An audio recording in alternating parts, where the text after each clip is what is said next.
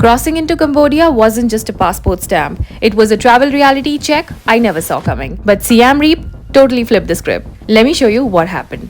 Hello everyone, welcome to my channel. Actually, let's start with my hostel. This is the room. It's a 10-bed thing. My bed is over there. And then we have the washroom 1, washroom number 2. First thing I need to do is take out money. So right now I'm at the ATM. The ATMs here withdraw money in USD and their local currency as well. But yesterday I had some issues with my bank, so I couldn't withdraw it. But I tried it today. It didn't work either. So I'm probably gonna use my another Forex card. Before I start my day, I really need a coffee.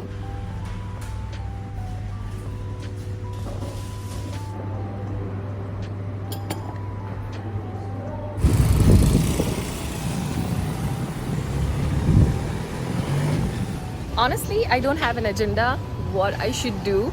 I'm just gonna walk around, probably buy some makeup or maybe shop before the night market starts. But in the daytime, I just asked a local. He said there is not much to do. You can just walk around the city or maybe cycle, which seems to be a popular activity here.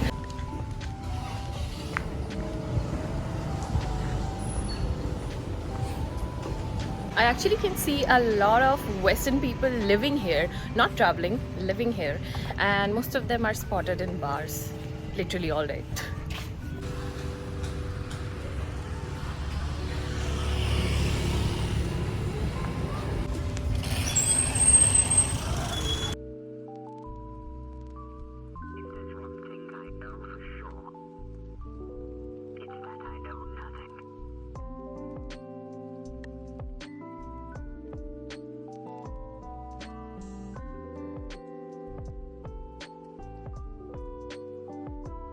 I think this is the main street which we are gonna explore in the night. First we can go to the riverside. I already drove that in Bang Vieng, so not gonna do it now. This market is super touristy, like over there it's all touristy stuff. I just realized that that is also a night market, but we can walk around maybe. Not gonna lie, Siem Reap is a bit touristy.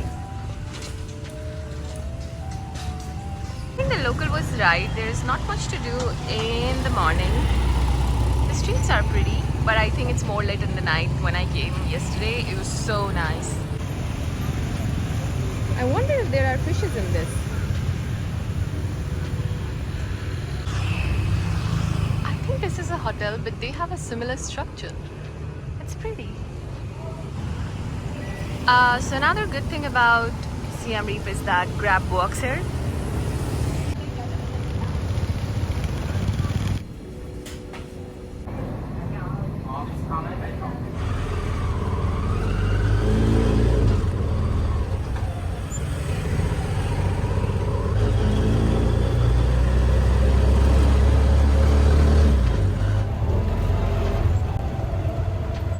Okay, so the immigration was so weird.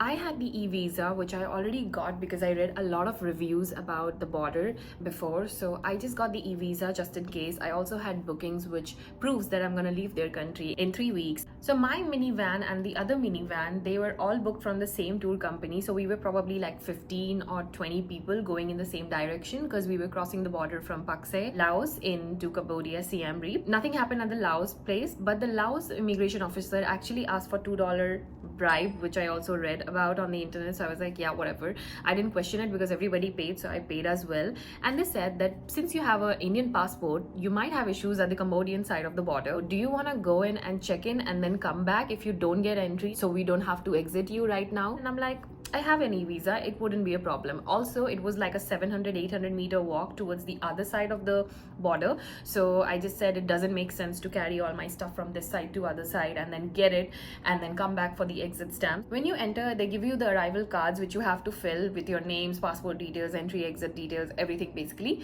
So you have to fill 2 of them and you have to give it to the immigration officer. But at that point, I saw that everyone else was from different nationality. I was the only Indian one in my van, but there was another Indian guy who was was waiting at the counter and he was being treated really badly by one of the staff, and I was just thinking, what's wrong here?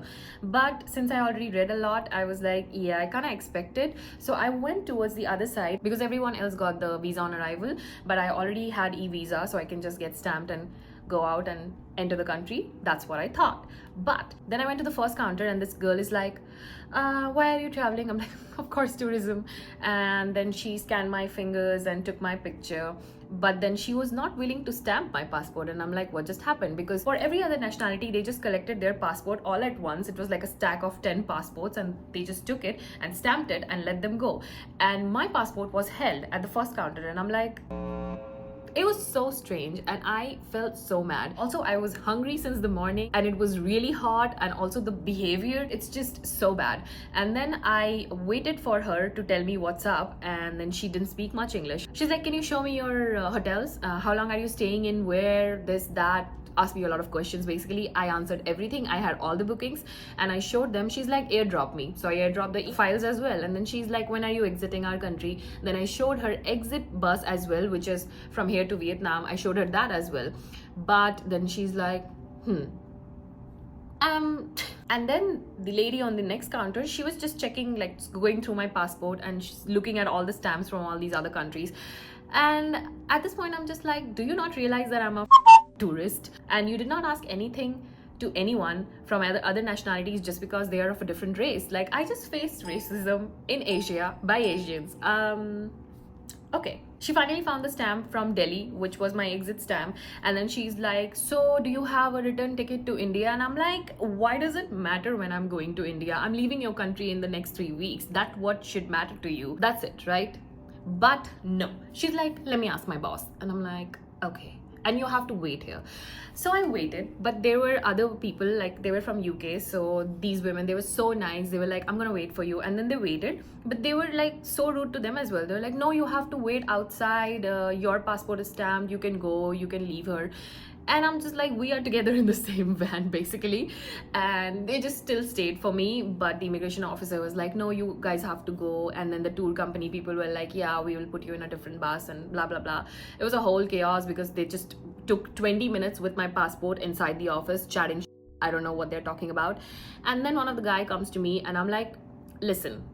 At this point I got like super angry. And then this random staff, which was, I don't know, not even an immigration officer, just a random staff who works there, he was like, wait.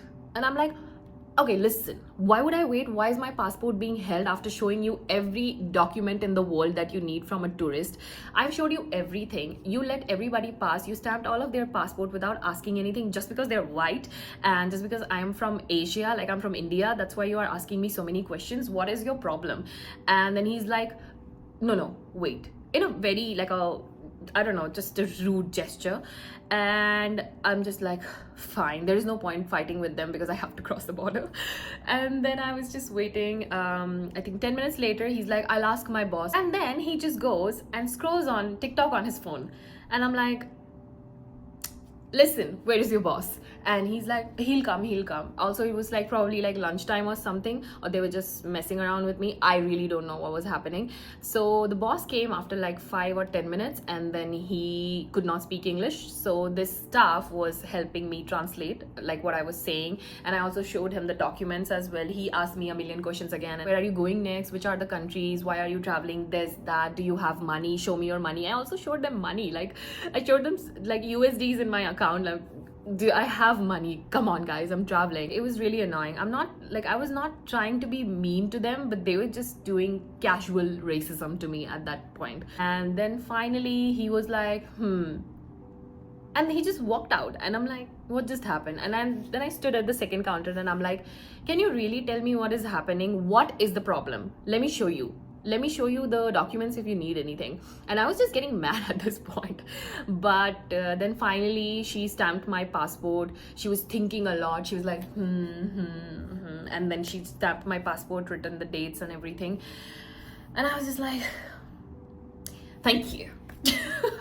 Then I grabbed my bag, and this guy who was the staff basically, he was like, I helped you. Do you have a tip for me? I'm like, yeah, my passport is stamped.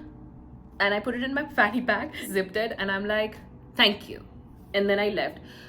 Do you really want me to bribe you at this point when you are literally wasting about 30 to 40 minutes of my time for no reason? Not just mine, all of them basically, because they're in the same van as me.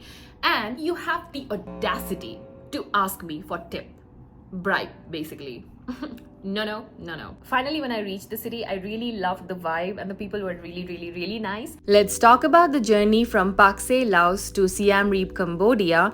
The total duration was 9 or 10 hours, but it took us probably 12 or 13 hours because we were taking a lot of stops and we had to change 4 or 5 minivans. The first one took us to the place from where you can go to the islands, and from there we had to take another van which took us to the border. After this, the border chaos happened, and then we took another minivan, and that minivan took us to the first city after the border. And yep, you guessed it right, we had to change the minivan once again. But before that, I actually stopped, got some food, and this nice local man took me on his motorcycle to the city center market and helped me get a SIM card and also helped me withdraw cash. He also exchanged my remaining currency. After that, we boarded the last minivan and finally reached Siem Reap around 8 or 9 p.m. Then the same tour company arranged personal tuk-tuks for all of us because we all were going in different directions in the city. By this time, I was absolutely drained physically, emotionally, mentally. But all the locals I met on the way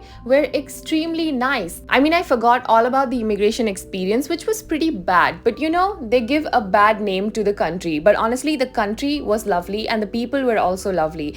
Just because of those 5 people, I do not want to say that I had a bad experience. They were just insecure. And they so need a healing journey or something, you know. I was finally at my hostel and they gave me a lemon welcome drink, and right after that I went to the nearby restaurant to try their national dish called amok. This is chicken amok. It has a coconut curry based situation and it was lovely. I was by the pool chilling and reading and eating from the restaurant at the hostel the entire day, and after that I decided to go grab some cash, get ready and explore local supermarkets, because if you have watched my videos, you know I'm obsessed with them. Let's go check out the local supermarket rather than just going to 7-Eleven every time. So I love that they have cut and packed fruits and preparations for meals. Love it. Looks like the main square because they have everything, and there's a Burger King, and for some reason they have big bank buildings. Now I'll go to another supermarket because I didn't find my makeup. I'm gonna go.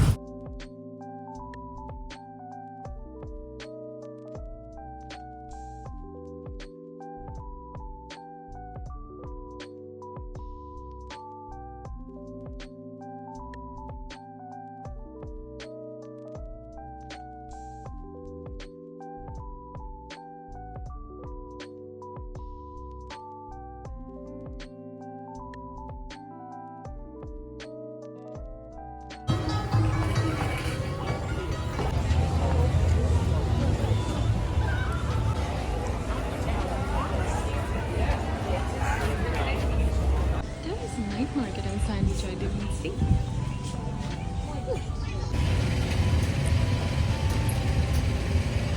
I'm getting some very local food. Not this is just to scare you. Don't forget to subscribe to my channel, like this video and comment if you faced something similar. Thank you so much for watching. Bye bye.